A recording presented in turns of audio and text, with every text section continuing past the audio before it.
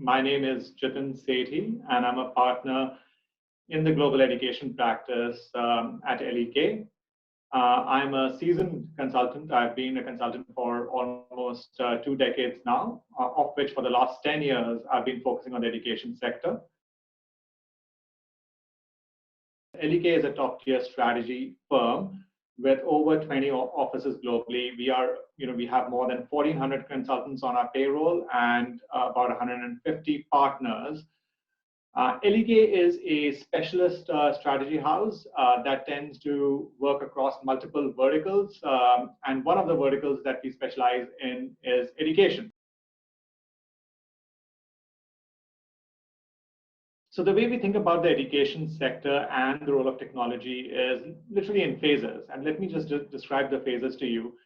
Phase one of adoption of technology in the education sector was when the technology backbone started becoming a little bit more prevalent in school systems and university systems. And as a result of that, workflow automation products made it into universities.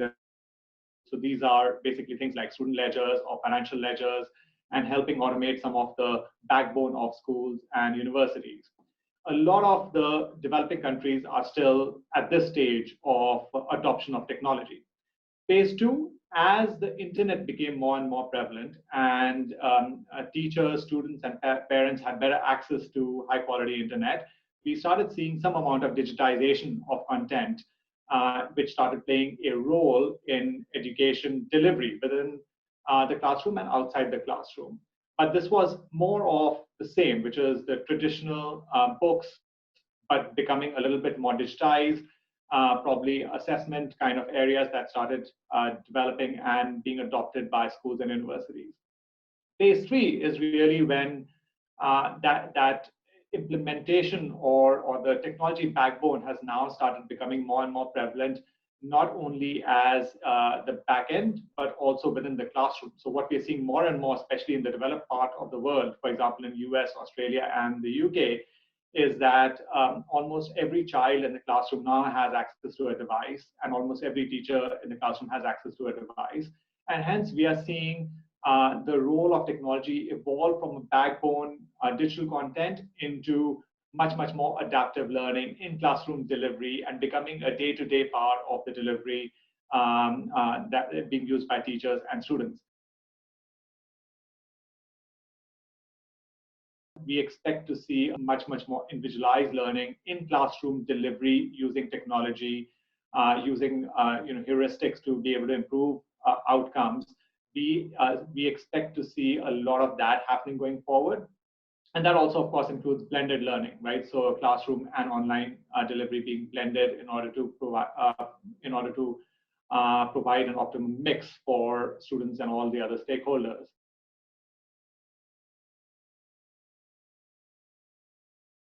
The traditional formal education, which is the traditional brick and mortar institutions like schools and universities, for them, we believe that technology is not really a risk, but an opportunity. It's not like tomorrow an online school is going to open and all the physical infrastructure that we have is going to close down due to various reasons, which I think most of us understand, such as it's very important for that level of community and inter-student communication to happen.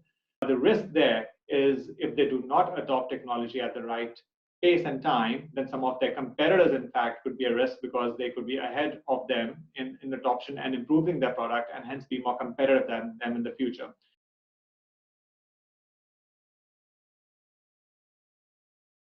Education is no different than any of the other sectors.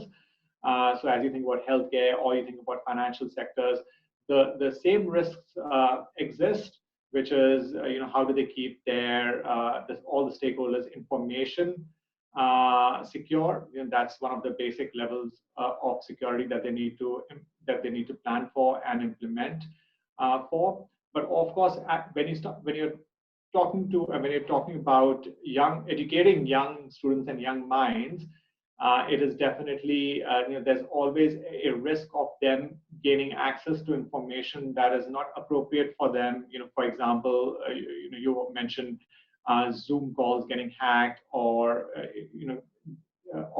them being being solicited by unknown people on the internet, and that's or getting access to materials that they should not have access to. And there's definitely a big risk, and there's a lot of responsibility on the shoulders of education institutions to ensure that they can build a safe environment. During the COVID pandemic, they didn't really have to focus on that as much because online was really taking off. But as the usage of technology matures, this is going to be a key concern